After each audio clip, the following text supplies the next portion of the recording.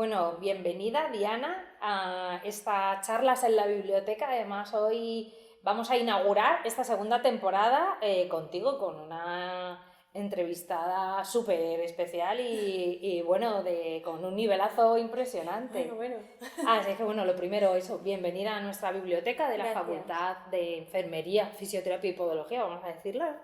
Y bueno, que muchas gracias por dedicarnos este ratito, porque además estás de promoción, ¿no? Con tu libro, que ya hablaremos luego Sí. de él, pero vamos, que sabemos que tienes una agenda súper complicada. Nada, gracias a vosotras por invitarme y yo, vamos, encantada de estar aquí, así que muy feliz. Pues bueno, mira, vamos a disfrutar de este rato entonces. Mira, lo primero que te quería preguntar es, tú eres chica Complu, ¿no? Estudiaste periodismo aquí en la Complutense y bueno, cuéntame, ¿cómo fue? O sea, ¿qué hizo que te interesaras por estudiar periodismo y cómo te veías tú cuando estudias periodismo? O sea, ¿en qué creías que ibas a trabajar? Bueno, yo tengo que decir, en primer lugar, que ha sido un shock llegar aquí, que 14, 15 años después encontrarme, ¿no? A la estación de metro a la que siempre iba, la gente tan jovencita, ha sido como un momento muy Ha emocionante. sido también, ¿tú lo has visto igual que antes, no? Sí, ¿Has visto sí. alguna diferencia? No, o sea, me ha parecido como que me había teletransportado, eso, 15 años atrás y claro, me chocaba mucho ver a la gente tan jovencita bajar, subir y decía, ay, estaba yo ahí y cómo ha sido todo, ¿no? Desde aquello hasta ahora, cómo bueno, pues al final todo lo que pensabas y que no ha pasado o cómo ha pasado todo de otra manera. Yo estudié periodismo pues precisamente porque quería un trabajo ¿Mm? que no exigiera hacer lo mismo todos los días, que esto es un poco Bueno, a ver, complicado. sí, eso te iba a decir. Es muy Pero complicado porque bueno, al final todo lo que hagas se va a mecanizar de alguna manera, siempre se va a repetir, es un poco difícil. Pero a mí me encantaba escribir y de pequeña siempre decía, quiero ser escritora, quiero escribir, y hacía muchos cuentos, muchas historias. Y el periodismo me parecía como una forma de seguir escribiendo y me parecía que era un trabajo que hacías algo distinto cada día. Luego es verdad que ha sido todo muy distinto y que no es tan, no tan sí, no, romántico no es una idea como... tan romántica, ¿no? Sí, Como la que tú te creaste. sí, es muy distinto, pero bueno, pues ahí hemos ido siguiendo, bueno, pues más o menos lo que quería hacer, con muchas dificultades en muchos aspectos, porque es verdad que periodismo es una profesión bastante precarizada Ya, en muchos compleja. sentidos, sí, y entonces pues bueno, es muy difícil, pero bueno, ahí estamos sobreviviendo, que es lo Bueno, que no es poco, que o no es sea, poco. que no es poco. Y tú te veías como más en, no sé, en deportes, no me sé exactamente, ¿vale? Cómo es en periodismo, pero a lo mejor más de guerra, en deporte, no sé Mm, qué, en ciencia. La verdad es que no, o sea, me gustaba mucho la parte más cultural, quizás del periodismo, un periodismo más cultural, me gustaba mucho la historia también, incluso tuve ahí un momento de me encanta, quiero hacer algo por aquí y demás, y me veía más ahí. Sí que es verdad que luego las salidas de periodismo son muy amplias y muy diversas y bueno, pues con el impacto además de las redes sociales y de todo lo que tiene que ver con internet, pues ha cambiado mucho la profesión también, ¿no? Claro. Entonces, bueno, pues desde lo que piensas a luego lo que vas haciendo, lo que sí que desde hace 8 años que nació mi primera hija, sí que me focalicé mucho en contenidos de maternidad, de infancia y educación, Es de que bien me viene salud. a mí eso, Claro, la verdad. ¡Uy, pues qué casualidad que qué estés casualidad. aquí! Pues ese contenido me encantaba, ¿no? Y cuando empecé a leer y a investigar y bueno, pues a formarme más en esa línea, pues me encantó y ya no he salido de Y ahí. te has quedado ahí. Pues mira, de hecho aprovecho y lo un poco con la siguiente pregunta porque tú acabaste periodismo en el 2000, lo tengo que apuntar, en el 2006, ¿no? Sí, Más o menos, más o porque menos. yo acabé un poquito más tarde porque dejé la carrera un año, ¿no? Y tuve una Vale. crisis ahí bastante importante. Existencial. Sí, porque mira, a raíz de una revisión de un examen con un profesor que me dijo que me dedicara a otra cosa y así Ostras. directamente. Entonces dije, ¿qué estoy haciendo aquí? Además, atravesaba un momento vital bastante complicado, familiar y trabajaba también. Durante toda la carrera he estado trabajando y estudiando, entonces pues ahí dije, pues es verdad, ¿qué hago yo aquí estudiando periodismo? Voy a seguir trabajando en una tienda que trabajaba, voy a ver qué puedo hacer y demás. Y bueno, luego lo retomé y acabé, pero me costó bastante, sí. Jo, de todas formas, fíjate, con esto hago yo una reflexión de que qué peligro o sea, yo soy docente aquí en esta facultad, entonces qué peligro tenemos a veces los profesores, ¿eh? Sí. Porque podemos, sí, no, o sea, es una autocrítica, ¿no? O sea, podemos ayudar y motivar, pero igual, o sea, podemos ser un catalizador bueno, así como podemos llegar a influenciar a alguien como para que deje la carrera. Claro, o que deje los estudios, o que deje, en cualquier momento de la vida, entonces hay que tener mucho cuidado. Sí, además porque podemos ser muy peligrosos. Sí, además en un momento, ¿no?, que no sabes la otra persona qué momento está atravesando, o que no, si tiene, no sé, pues cómo tiene su autoestima, su confianza, y eso pues marca también mucho, claro. Pues y además es que recuerdo que era una asignatura optativa que estaba relacionado con el periodismo y los sistemas políticos, o sea que ni siquiera era una asignatura que a mí, bueno, pues me parecía interesante, pero bueno, tampoco era pues como una asignatura. Sí, que incluso aunque se te diera fatal, no significa que fueras una mal periodista. Claro, sí, o a lo mejor es que precisamente ese no era mi camino, o ¿no? El de los sistemas políticos y el periodismo, no sé, a lo mejor es que me equivoqué de asignatura, no de carrera. No de carrera. Vamos a lanzar un mensaje, a ver. Queridos profesores, si es que nos estáis viendo, cuidado, o sea, un poquito más de empatía con los estudiantes, sí, ¿vale?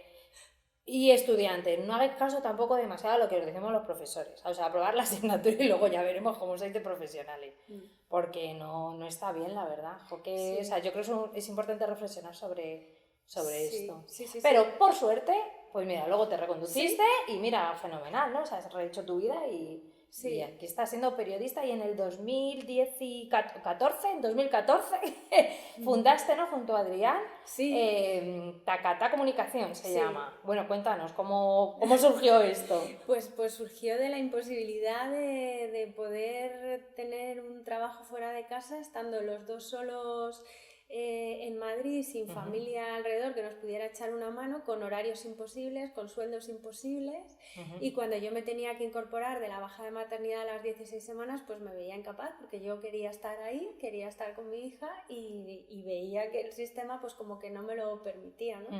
Y entonces pues tuve suerte, si es que se le puede llamar suerte a un ERE, ¿no? Hubo un ERE en mi empresa justo ahí al borde de volver, y me apunté y me fui, y entonces aproveché el paro, que es un buen momento de aprovechar, ¿no?, para poder pensar qué haces. Fue un privilegio realmente para pensar qué hacíamos, y fue cuando, bueno, pues yo ya trataba temas de maternidad, tenía alguna colaboración por ahí, entonces empezamos a plantearnos trabajar haciendo comunicación centrados en maternidad y infancia, que era lo que nos gustaba y en lo que estábamos ahí pues como a tope, y bueno, pues nos pusimos en esa línea, pues fue para intentar eso, organizarnos mejor, sobrevivir económicamente, y eso que llaman conciliar, que luego hemos descubierto que de lo de la conciliación pues no... Ya, que no. Que es un poco pues es muy complicado, complicado, porque atender a unos hijos y luego tener un trabajo que te exige tantas horas y tanto de ti, pues es muy difícil, ¿no? Claro. He estado revisando, ¿no?, tu biografía y un poquito todo lo que tienes. Voy a leerlo para que no se me olvide nada. Entonces, bueno, tienes multitud de colaboraciones como freelance. Has escrito un cuento sobre el destete, ¿no?, que se llama Tetita. Me lo voy a comprar todo, quiero que lo sepas. Además, has participado en una antología feminista de discípulas de GEA 2, ¿no?, una segunda parte, un segundo volumen. De alimentación saludable, ñam, sobre lo que comemos, entiendo que enfocaba a niños sobre todo, ¿no? Niños, a padres y familias y coles también. Es un libro pues como con información sobre qué es comer sano realmente, y qué comemos, qué no comemos, qué impacto tiene la publicidad, nuestras decisiones alimentarias, ¿no? Pero explicado todo como de forma sencilla y amena, con unas ilustraciones súper chulas de Carmen Saldaña, que bueno, pues recorre todo para tanto como para las familias en casa, para tenerlo como acompañamiento, como para los coles. Yo creo que también es una herramienta chula ahí. Pues qué bien, la verdad es que tocas todos los palos. Luego el más actual es el de maternidades precarias, que ahora después nos hablarás de él si quieres. Pero claro, a mí me gustaría, o sea, me cuesta elegir preguntarte, ¿no?, sobre todo esto, claro, preguntarte en concreto maternidad, destete, alimentación, periodismo así en general un poco. Entonces, cuéntanos, tú dime, ¿qué destacarías de, pues un poco de toda tu trayectoria o de...? Sí, como... Pues yo creo que todos han sido frutos de la casualidad, que yo siempre digo, bueno, es que hay que estar... Del trabajo constante, quizás, el ¿no? trabajo está ahí, pero muchas veces, por mucho que trabajas, es verdad que no llegas. O sea, hay muchos casos de que te pasa, que yo muchas veces pienso, es que llevo casi 20 años trabajando de lo mío y... No, o sea, es como que no acabas de encontrar ahí muchas veces un sitio. Y con los libros me ha pasado un poco eso, que el de Tetita, por ejemplo, pues coincidió en un momento de mi vida de destete y conocí a la persona de la editorial que me dijo, quiero hacer un cuento sobre destete, y dije, pues yo lo podría hacer. Y bueno, pues un familiar también que es ilustrador, pues lo hizo y fue pues un pack ahí genial. O sea, hicimos como un equipo muy guay. Es un librito muy pequeñito, ¿no? Sobre pues una historia de destete, que no es un manual para destetar a un bebé, ni mucho menos, pero es una historia con la que, bueno, a los niños y las niñas muchas veces se sienten identificados y, bueno, pues les gusta cómo está contado. No sé, siempre he tenido como muy buena feedback de las familias del librito este. Qué bien. Y eso fue casualidad, que fue como yo estaba ahí en un momento y ya está. Y con Discípulas de Gea fue un poco también así, que me pidieron a través de una amiga que colaboró en la primera edición un relato sobre lo que quisiera, y decidí hacer un relato sobre el aborto voluntario. Sí. Y ahí lo pude publicar y fue una experiencia chulísima también, porque nunca había hecho nada así, ¿no? Era como una cosa colectiva, ¿no? En la que muchas mujeres aportaban con ilustraciones, con relatos o con poemas lo que sentían que querían transmitir, y es que eso fue una experiencia preciosa, a mí me encantó eso. Y también, otra casualidad, estar ahí y, bueno, pues que surgiera, ¿no? No sé. Bueno, ahora te voy a decir mi opinión sobre las casualidades. Sigue, es que no te quiero interrumpir. Bueno, y bueno, con Ñan fue pues una casualidad que yo digo porque, bueno, publiqué un reportaje en El País sobre el desayuno de los niños en España y se viralizó muchísimo, pero muchísimo, en plan que lo tradujeron al inglés también y me llegó muchos mensajes a través de ese reportaje, y justo una editorial valenciana de cuentos infantiles pues se puso en contacto conmigo porque estaba pensando en hacer un álbum ilustrado sobre alimentación y bueno, pues que sí me apetecía hacerlo, y claro, dije que sí, que me apetecía un montón porque era un tema que además había trabajado mucho y que me interesaba y me apasionaba, y dije que sí, y surgió así, y nada, en unos meses pues armando el texto y con la ilustradora y demás lo conseguimos sacar. Es verdad que luego vino la pandemia y todo se quedó ahí un poco pues como paralizado, hubo correcciones también que hacer y demás, pero salió y fue también una experiencia, bueno, muy bonita y muy enriquecedora, no sé, fue muy chulo. Muy chulo. Y nada, y ya hasta llegar a maternidades precarias, que esto sí que fue, bueno, la casualidad más grande del universo, porque llevaba desde que nació mi primera hija con la idea de que sentía que los discursos predominantes y lo que se contaba en los medios, lo que yo sentía que leía y escuchaba, pues que no estaba lo que yo estaba viviendo ahí, ¿no? Muchas de las cosas no estaban. Y decía, hay que contar esto de la maternidad, pero cuando tú tienes una situación precaria a todos los niveles, qué es lo que haces, qué es lo que puedes hacer, cómo el sistema soporta esto. Y siempre pensaba, hay que escribir algo sobre esto, sobre estas maternidades así, sobre esta experiencia, sobre las dificultades, sobre la hiperexigencia, Y eso se quedó ahí un montón de tiempo, pues porque, claro, tampoco había espacio ni tiempo para poderlo hacer. Y un día, hablando con las chicas de la editorial, porque he trabajado mucho con ellas haciendo entrevistas a sus autores y a sus autoras, escribí en plan, hola Cristina, llevo un montón de años con esta idea en la cabeza, tengo hasta el índice hecho, tengo todo como lo querría contar, pero... No sé, ¿tú crees que os interesaría a vosotros publicar algo así sobre maternidad precaria? Y me dijo, pues se lo voy a preguntar a los editores. Y justo hablando con ellos, resulta que Álvaro Palau iba a ser padre además y lo tenía ahí como muy, ¿no? Muy sensible el asunto, y dijo... Oye, pues nos interesa el tema, qué chulo, venga, y me reuní con ellos, encajó todo perfectamente y me puse a trabajar en el libro, o sea, que es que fue todo... Pero o sea, creo que es importante resaltar, es decir, me resulta curioso tu humildad, Porque me encanta, o sea, estás hablando de los últimos, no sé, 10 años de tu vida, 8, a lo mejor 8, sí. 10, vale, 8, voy a decir 8 años de tu vida, que todo es casualidad. Y yo no veo casualidad, yo veo una persona que está pendiente, que está alerta, con la mentalidad muy abierta y con una predisposición inmensa, ¿no?, a miles de proyectos, creativa, activa, proactiva, y yo eso no diría que es casualidad, eso es estar... Sí. Pues sí, o sea, es eso, es un conjunto de cualidades que tienes como persona, ¿no?, y como profesional, y el no decir que no. Entonces, estás pendiente, probablemente eso lo transmites en tu entorno profesional y por eso el resto de editoriales o compañeros tiran de ti, ¿no?, y te lo proponen, pero no es que eso no, a mí no me parece que eso sea casualidad. O sea, lo que me parece es una persona trabajadora y, repito, como proactiva a situaciones que van ocurriendo y, oye, ¿por qué no? Pero vamos, Sí. no, yo no, personalmente no lo llamaría casualidad. Claro, o sea, creo ¿sabes? que Esa idea es, estoy en casa viendo la tele y me llaman al teléfono y, oye, Diana, ¿querrías escribir un libro? Y eso Ya. a ti no te ha pasado. Claro, no es exactamente así, Claro. no es esa casualidad. Claro, es claro. verdad, o sea, creo que soy muy, no sé, como me ilusiona mucho, ¿no? Claro. Y No, y lo transmites. me gusta evidentemente. mucho los temas, ¿no? Que, no sé, me gusta lo que hago, me encantaría hacerlo sin que fuera una supervivencia, sino como un poco más, menos siempre, oye, que nos vamos a caer, qué va a pasar aquí, o sea, siento siempre que estamos como a la expectativa de que nos vamos a caer en cualquier momento.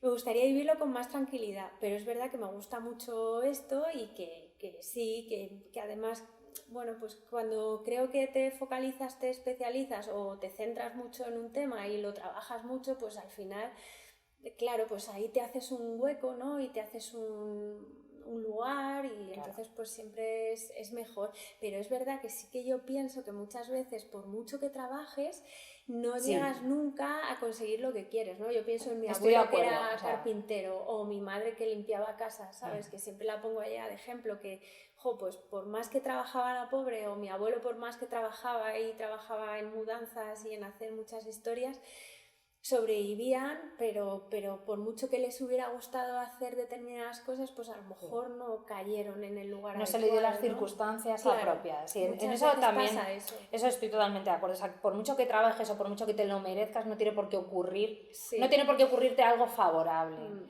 Pero también creo que solo le ocurren cosas favorables a quien está pendiente y quien lo está intentando. O sea, el que te llamen a la puerta de casa para ofrecerte el trabajo de tu vida, eso seguro que no va a ocurrir. O sea, ahí al revés, puede ser que te lo ocurres un montón y que no pase, pero de otra manera no va a pasar. No, eso es muy difícil. Entonces, sí. Bueno. Lo que pasa que es verdad, sí que es verdad, no sé, que también ese estar en casa muchas veces entras en una dinámica ahí un poco chunga, ¿no? De, pues como al final por más que trabajo no consigo salir de este hoyo, estoy todo el día en un día de la marmota permanente, pues tampoco muchas veces te nace el buscar, ¿no? Y el es complicado. ¿no? Esa inquietud, esa chispa, ¿no? Esa chispa, sí, ese algo, ¿no? Muchas veces. Si te parece, vamos a empezar a hablar del libro o el concepto de maternidades precarias. Salió a la venta en abril, ¿verdad? El 6 de abril. Si quieres lo coges, si no te importa, cógelo tú, me cuesta un poco. Para enseñarlo a cámara, entonces este libro salió a la venta el 6 de abril. Bueno, nos has comentado cómo surgió, ¿no?, el empezar a escribir, pero bueno, si quieres cuéntanos un poquito pues, más en profundidad de qué va o qué objetivo tenías al escribirlo. Pues... Yo solo con lo que has ido contando ya estoy de acuerdo, o sea... ya lo que voy viendo, creo que estoy muy de acuerdo con lo que has dicho. Claro, pero bueno, cuéntanos. Bueno, pues yo quería contar un poco, ¿no? Primero, el privilegio en el que se ha convertido la maternidad, ¿no? Que hasta ahora es verdad que la maternidad era un destino para muchas mujeres en general, que tú te casabas, tu destino era tener hijos, ¿no? Sí, de hecho no lo elegías, era lo que tocaba. Claro, exacto. Sí. Y hoy pues parece que, bueno, la cosa ha evolucionado bastante y en muchos lugares, como aquí tenemos en teoría más posibilidades para elegir cuándo, cómo, con quién tenemos hijos, pero luego la realidad es que es mucho más compleja, ¿no? Porque detrás de ese deseo de la maternidad pues hay un montón de condiciones, sobre todo materiales, económicas, laborales, de red, de pareja también, si la hay, si no la hay, si llegas a un momento en el que la quieres tener o no la quieres tener, o sea, que hay muchas circunstancias que condicionan que tú puedas llegar a ser madre. Y luego, cuando lo eres, porque a lo mejor se han dado las circunstancias previamente o no se han dado, pero tú has decidido serlo porque el deseo era más fuerte o porque,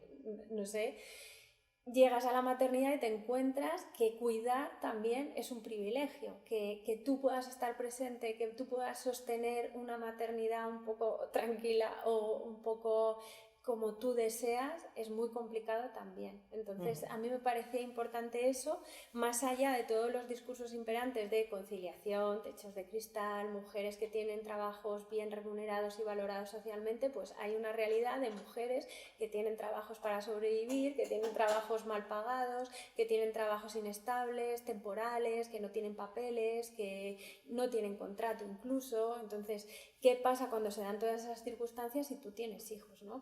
Claro. ¿Qué te encuentras? Pues te encuentras que el sistema te ofrece externalizar los cuidados y ya está. Y no hay nada más. Te encuentras que no hay una red porque tu familia muchas veces vive lejos, porque tus padres son mayores, porque tus padres trabajan, porque no tienes unas relaciones quizás más sólidas o más cercanas, ¿no? Que son todas como mucho más de otra manera, han cambiado mucho cómo nos relacionamos. Y bueno, pues todo eso condiciona mucho la experiencia también, pues eso, como la vivienda es un problema en nuestro país, porque lo es, el alquiler, el poder tener una hipoteca, entonces todo eso también te arrastra ahí, claro, ¿no? Y entonces vas sumando condicionantes y bueno, la experiencia pues es muy complicada y me parece importante visibilizar eso, ¿no? Que detrás de todos estos discursos que hay vacíos de cuidados, de maternidad, de conciliación, pues hay una realidad de los que estamos aquí, ¿no? Sí, del grueso de la sociedad, grueso, que somos la mayoría. Claro, y luego a todo esto también se le suma la hiperexigencia externa, tanto socialmente de lo que se espera de ti, que seas como madre y de lo que se espera que tú hagas, y una hiperexigencia propia, interna, yo creo que en nosotras mismas, de lo que debemos hacer, de lo que podemos hacer, de hasta dónde llegar, el siempre puedes más, aunque estés a rastras, ¿no? Siempre puedes más. Entonces, pues también otra circunstancia y cómo también hoy todo esto hace y que no tengamos niños a nuestro alrededor, que cada vez nazcan menos niños, que tengamos ese menor contacto, pues hace también que tengamos mucha inseguridad. Una inseguridad muy bestia que no sabes cómo, no tienes por qué saberlo, cómo se cuida un bebé, cómo se cuida un niño, qué necesita, o que te encuentras en un posparto abrumada por las circunstancias, o sea... Y las hormonas. Y las hormonas, y las hormonas, claro. Y las hormonas. O sea, que es como, pues es que no me habían contado esto, ¿no? Es que no te lo hubieran contado, es que no está invisibilizado, ni siquiera muchas veces lo piensas, porque yo pienso muchas veces que hasta que me convertí en madre no me imaginaba esto así. Tienes una idea de la maternidad, pues de lo que has visto en tu casa con tu madre y que además minusvaloras muchas veces, de lo que ves en las películas y en las series, de lo que puedas leer, que ahora yo creo que hay muchos más libros sobre maternidad, contando la maternidad en primera persona, pero ha habido un vacío también enorme en ese sentido y que a lo mejor tampoco era de tu interés en ese momento, porque lo veías como algo muy lejano, ¿no? Entonces, bueno, pues todo eso así resumido. Madre mía, casi nada. Pues me parece muy finito, ¿eh? Para todo para todo el contenido, o sea que... No, me parece sobre todo muy importante porque... bueno, yo que estoy empezando, la verdad es que no tengo muy claro, hay quien dice, ¿no?, que eres madre cuando nacen. Yo considero que yo en mi vida he dejado de tener el control, o sea, me di cuenta cuando estaba, o sea, estoy embarazada de mellizos y cuando estaba creo que de mes y medio, una cosa así, de repente hubo un día que dije, vale, Lara, se acabó, o sea, tú ya no controlas tu vida, lo controlan ellos. Y es así porque no puedes, o sea, no puedes intentar tener un horario, no puedes intentar cumplir unos objetivos, no, ya está. No. Porque tu cuerpo no te responde, y no te responde porque tu cuerpo está centrado en que estos dos pequeñas criaturitas se desarrollen, o sea, estas dos celulitas que están ahí terminen siendo bebés. Entonces, deja de luchar porque van a ganar ellos. O sea, yo me di cuenta que ya Claro. estaban ganando ellos. Ay, pero es muy y bueno es muy eso. frustrante. Sí, sí. O sea, hubo un momento muy complejo y eso a mí me gusta hablarlo abiertamente y por apoyar, de hecho, toda tu hipótesis del libro, porque es, para mí el primer trimestre del embarazo ha sido muy complejo. Una parte ha sido física, de exigencia física. Soy enfermera, creía que tenía una visión del embarazo muy realista y me daba cuenta que, vamos, ni de lejos. Claro.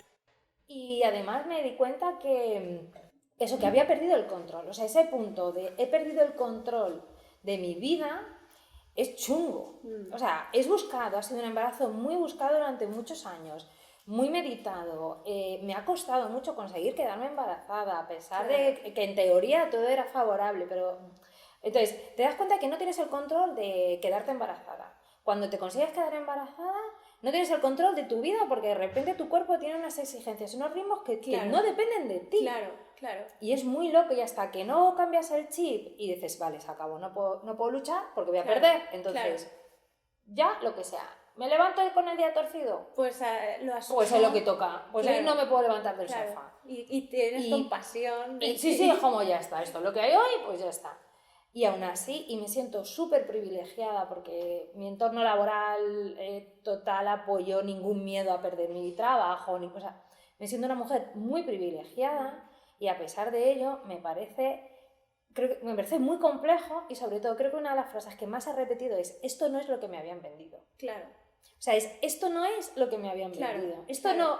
O sea, esto es distinto. No digo que sea peor, pero desde luego no es... Claro. Lo que a mí como sociedad, como mujer que nació en el 82, ya he contado mi edad, mujer que nació en el 82, a mí no me vendieron esto. O sea, entonces, claro, bueno, pues ya está, pues esto es lo que hay, pues me adapto, total, me mega buscado, tampoco hay un botón de devolución, o sea, que a estas alturas, y para adelante y ya está, pero ostras. Y es muy interesante esto que dices del control, ¿no? Porque cuando tú no tienes hijos, aunque todo es incontrolable, porque no sabes cuándo va a caer un meteorito, una plaga de langosta, ¿no? Lo hemos visto con lo del coronavirus. Sí, con el claro. Nunca sabes qué va a pasar y la vida es incertidumbre, pero es verdad que, bueno, más o menos puedes ir teniendo, pues, como eres tú misma, al final quien tiene que dar cuenta, sobrevivir y demás, pues es mucho más sencillo. Pero en el momento en el que tú ves las dos rayitas allí, todo es incontrolable porque no sabes cómo va a reaccionar tu cuerpo, cómo va a ser el proceso.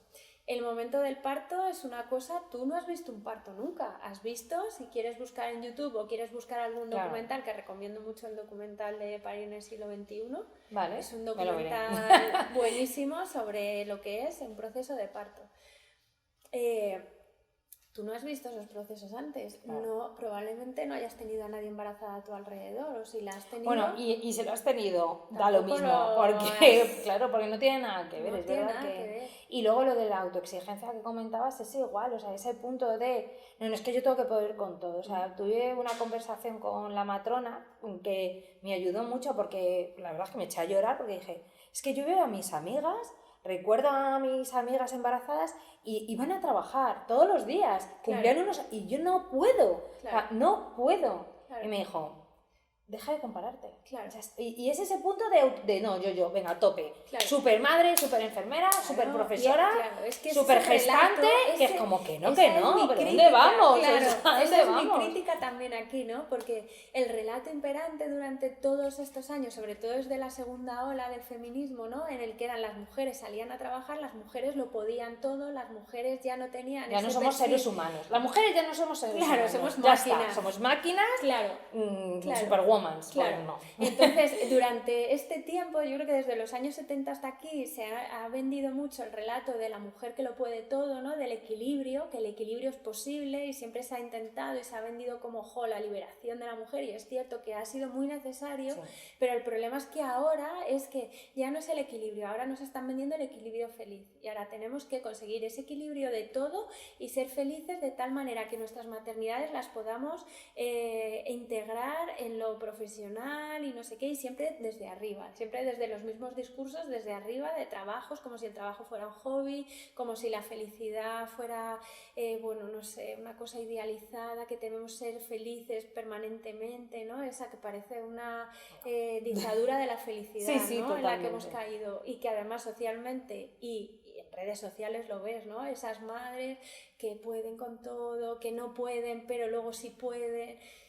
Al final hay tantísimo, ¿no? Tantísimo en lo que compararnos y ver que no llegamos, que es muy frustrante. Entonces la maternidad se convierte, por un lado, en una frustración permanente, por otro lado, en una exigencia absoluta y brutal, y por otro lado, en una culpa enorme que nos devora, porque es como eso es imposible y como tú estás todo el rato luchando, pues al final solo genera culpa, una culpa enorme. Entonces, yo creo que hace falta más realidad, pero también nos hace falta aterrizar todo eso de esos discursos y tal, como que el trabajo es lo más y no quiero renunciar a mi trabajo, no quiero renunciar a mis hijos, no quiero renunciar a todo, y asumir que hacer todo es imposible. O sea, para mí es clave eso, el decir todo a la vez todo no se es puede. Imposible. Además, nosotras asumimos muchísimo más porque asumimos la carga mental, asumimos una serie de cosas y de condiciones, unos trabajos mucho más precarizados, unos salarios mucho más bajos, asumimos una serie de cosas que no se están asumiendo a todos los niveles porque no somos iguales. Y nosotras pasamos por unos procesos que ellos no pasan. Nosotras pasamos por un embarazo, por un parto, por un posparto, por una lactancia, por una esterogestación en la que el bebé después de 9 meses dentro está 9 meses pegado a tu cuerpo porque te necesita. O sea, es que eso es una realidad. Entonces hay que visibilizar que eso existe, que estos procesos existen, que nuestro cuerpo pasa por esos procesos y que tienen que ser protegidos, y luego debemos asumir que como esto es imposible hacer dos cosas a la vez y hacerlas bien, porque al final vas a hacer a medias todo y hacerlo mal, pues hay que protegerlo. Y si la maternidad es un valor y es algo que debemos proteger porque es importante para la sociedad y no solamente para pagar las pensiones, sino que tener hijos es un valor, pues vamos a proteger ese valor y vamos a hacer que las personas que tienen que gestar, parir, amamantar, cuidar o que están ahí acompañándote, que puedan tener unas condiciones dignas, y vamos a dotar de dignidad a la maternidad si tan importante es, ¿no? Porque todos estos, ¿no? Ahora los políticos usan mucho el tema de la maternidad y los cuidados en el centro, pero desde una posición absolutamente vacía y que no son nada más que parches en todo esto. A mí a todo esto añadiría, si quieres ya para que no nos maten en tiempo, para cerrar, pero es verdad que yo me enfado un montón con no, vamos a mejorar la natalidad y entonces pues que como la edad media, ¿no, de gestación es alta, pues ampliamos la edad para que la seguridad social cubra el proceso. Que dije, pero vamos a ver, no, nos estamos volviendo locos, o sea, ¿por qué las familias o las mujeres solas, solteras, decidimos iniciar un proceso de intentar quedarnos embarazadas con una edad tan tardía? Pues primero, porque nos han criado en un se puede hacer todo, Exacto. Cosa que no se puede hacer que todo. Siempre estás a tiempo. Siempre estás a tiempo y no es verdad. O sea, la fertilidad y se acaba en la mujer y en el hombre. Que es que os creéis que por producir espermatozoides toda la vida, esos espermatozoides son igual de chachis. Y no, señores. Bueno, y ya no solo cuidado. eso, que no estás igual con 20 ni con 30, claro, ni con 40 tienes la energía para sostener lo que supone una crianza. Una paternidad. Entonces, bueno, es un poco todo ese proceso, pero eso no pasa nada. Perdón, o sea, y luego, ¿por qué se tarda tanto? Pues porque tardas en conseguir un trabajo estable, porque tardas en conseguir una vivienda en condiciones. Claro. ¿Por qué no mejoramos eso para que todo el mundo decida ser padres o madres o lo que corresponda a una edad más adecuada a la fertilidad? Porque si no, porque así no acabaríamos todos en tratamientos de fertilidad. Claro, pero lo fácil no es... no es los políticos que nos llamen, porque claramente hay que hilar un poco mejor esto. Es que lo fácil no es ir al sistema, porque tú realmente, yo creo que lo interesante y lo importante y donde deberíamos poner el foco es en atajar esto, en decir, vale, esto hay una precariedad estructural que no solamente está en lo económico, sino también en cómo nos relacionamos, en cómo nos cuidamos, en cómo nos ayudamos, en todo esto. Y luego esa percepción de que siempre estamos a tiempo, de que el deseo de la maternidad compite con otros deseos, porque al final tú, bueno, pues es como, ay, pues disfruta ahora, ya tendrás tiempo, ya tendrás no sé qué, ¿no? Se vende siempre la maternidad como una renuncia, como un sacrificio, como esto. Por eso, porque no tiene lo que tiene que tener, o sea, no tiene el soporte que debe tener para que tú puedas plantearte tener hijos con 25, con 28 años, con 30 años. O con 30 años. Y cuando quieres no es tan fácil. No yo creo que es súper importante que no es tan fácil, o sea, no... No es, venga, ya, ahora. Eso no funciona así, pero bueno, en fin, ya otro día tú y yo arreglamos el mundo, que veo que perfectamente lo arreglaríamos. Bueno, y ya que hemos hablado de tu libro, no sé si nosotros siempre en la primera edición y aquí igualmente, en esta segunda edición de Charlas en la Biblioteca, nos gusta acabar con recomendaciones de libros, porque por eso estamos en una biblioteca. Entonces, por supuesto, nos recomiendas tu libro y nosotros también lo recomendamos, eso es evidente. Pero vamos a pedirte, y esta es la novedad, ¿vale? Que nos recomiendes un libro para el siguiente invitado o invitada que tú no sabes quién es. Ah, vale, claro. Entonces, claro, tú no sabes quién es.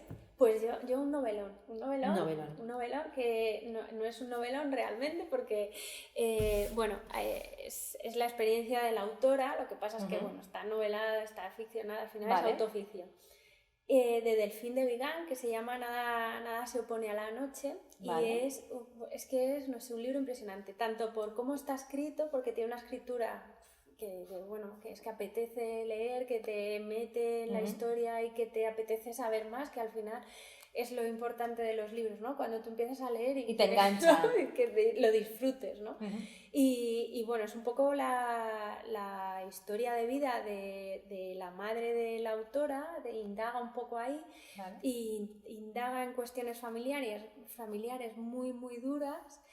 Y pues no sé, es que es un libro, no sé, muy, que lo recomendaría 1000 veces, lo regalaría muchísimo más, porque además me gusta mucho que Delfín de Vigan está todo el libro planteándose si está haciendo bien escribiendo sobre su madre, sobre su familia, sobre todo esto, ¿no? Y cómo está todo el rato en una ambivalencia y una contradicción permanente de quiero escribir, es importante escribir esta historia porque es muy dura, es muy difícil, tengo que contarlo, y por otro lado está diciendo, estoy traicionando a mi familia, estoy traicionando a mi madre.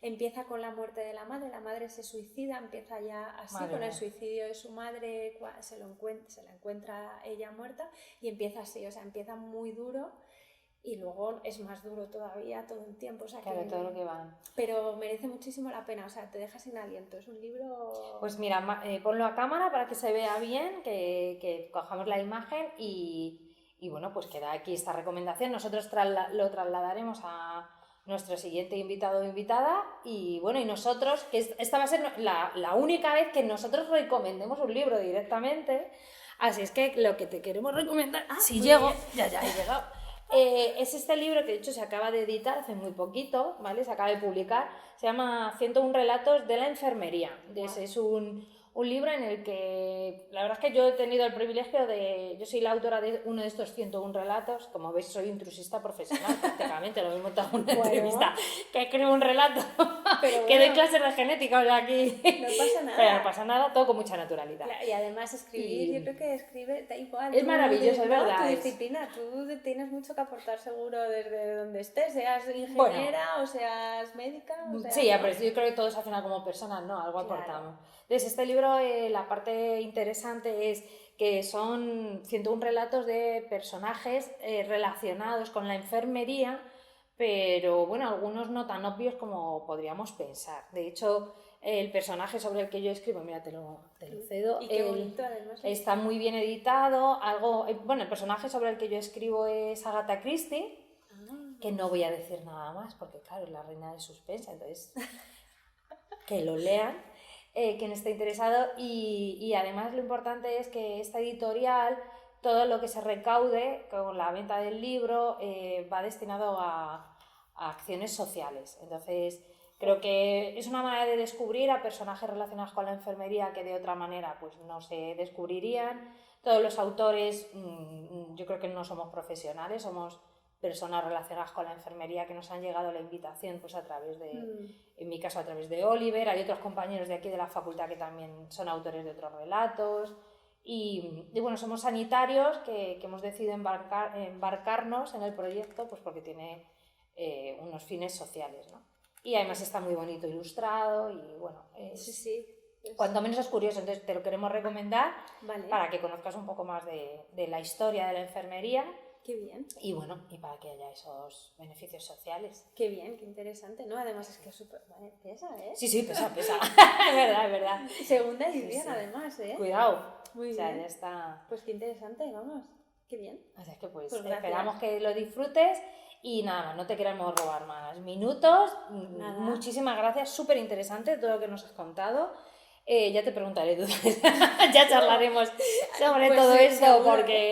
porque sí, desde luego esta es un área interesante y por favor sigue con esa proactividad y que yo seguiré atenta a todo lo que publiques porque seguro que me va a venir Con ese estupendamente. entusiasmo, ¿no? Y ese Ahí. entusiasmo, desde luego, eso seguro. Es que nada, Diana, Pues muchísimas gracias. gracias por venir. A vosotras, de verdad. Muchas gracias.